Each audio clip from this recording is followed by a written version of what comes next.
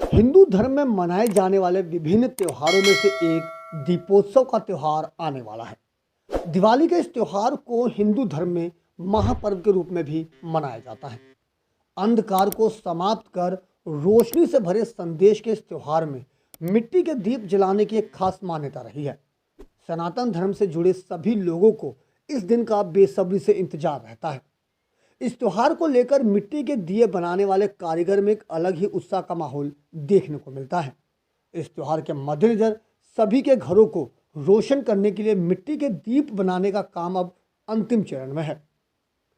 या यूं कहें कि मिट्टी के दीप बनाने वाले कारीगरों ने अपनी रफ्तार तेज कर दी है। दीप बनाने वाले कारीगर छोटे बड़े आकार के सुंदर दीप बनाकर तैयार कर रहे हैं।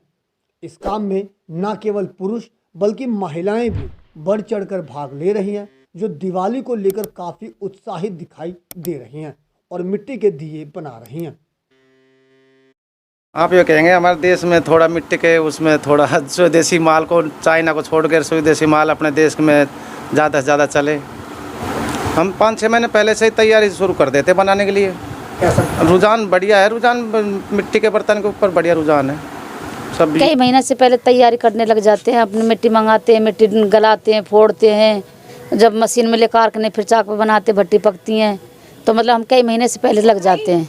अगर मैं तो ये इसलिए जलाते हैं क्योंकि ये इसमें न शुद्धता, मिट्टी में शुद्धता है, इसलिए दिए जलाते हैं।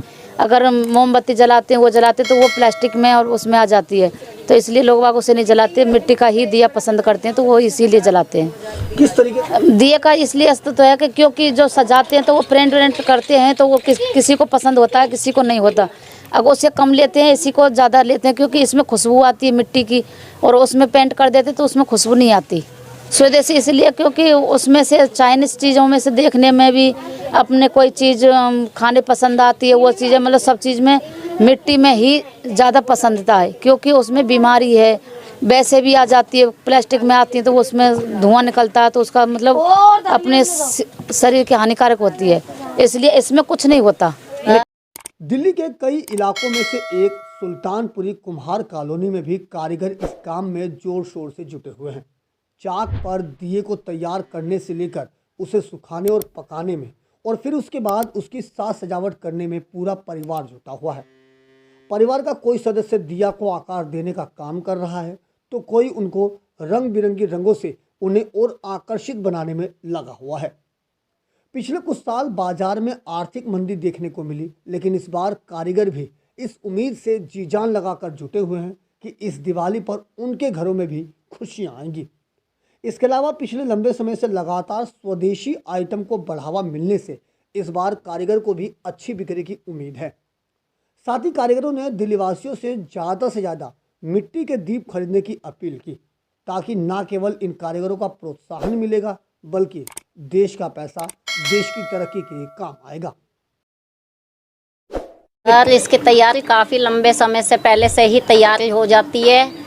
7 महीने पहले से ही इसकी तैयारी हो जाती है। ये श्री रामचंद्र जी दिवाली पे उनके त्यौहार की खुशी में पहले से ही हमें तैयारी करनी पड़ती है। मैं देख रहा हूँ, हम तो पंजाबी हैं, लेकिन ये कि आस पड़ोस में हम 10 सालों से शिफ्ट हो गए, तो आस पड़ोस वालों की सहायता से हमने ये काम चालू किया, तो अब खुद हम अपना काम करते हैं। गौरतलब है कि अंधकार से रोशन का प्रतीक दिवाली के इस त्योहार पर मिट्टी के दिए जलाने की सदियों पुरानी परंपरा रही है। इस दिन हिंदू धर्म से जुड़े सभी लोग अपने घरों को दिए की रोशनी से सजाते हैं। ऐसी मान्यता है कि इस दिन माता लक्ष्मी घरों में प्रवेश करती हैं, इसलिए दिवाली के नज़दीक आते ही कारीगर भी दिए बनाने के काम में तेजी से जुट जाते हैं। साथ ही कारीगरों द्वारा लोगों को आकर्षित करने के लिए मिट्टी के दीपक के अलावा पूजा के लिए मटकी और डिजाइनदार दिए भी बना रहे हैं। ऐसे में इन कारीगरों को भी उम्मीद है कि इस बार उनकी दिवाली भी रोशन रहेगी। लिहाजा देखना लाजमी होगा कि ये दिवाली इन कारीगरों के घर कितनी खुशियां लेकर आती हैं। दिल्ली से अपने सहयोगी फिरोज हसन के साथ अजीत कुमार की रिपोर्ट, हम वतन टीवी।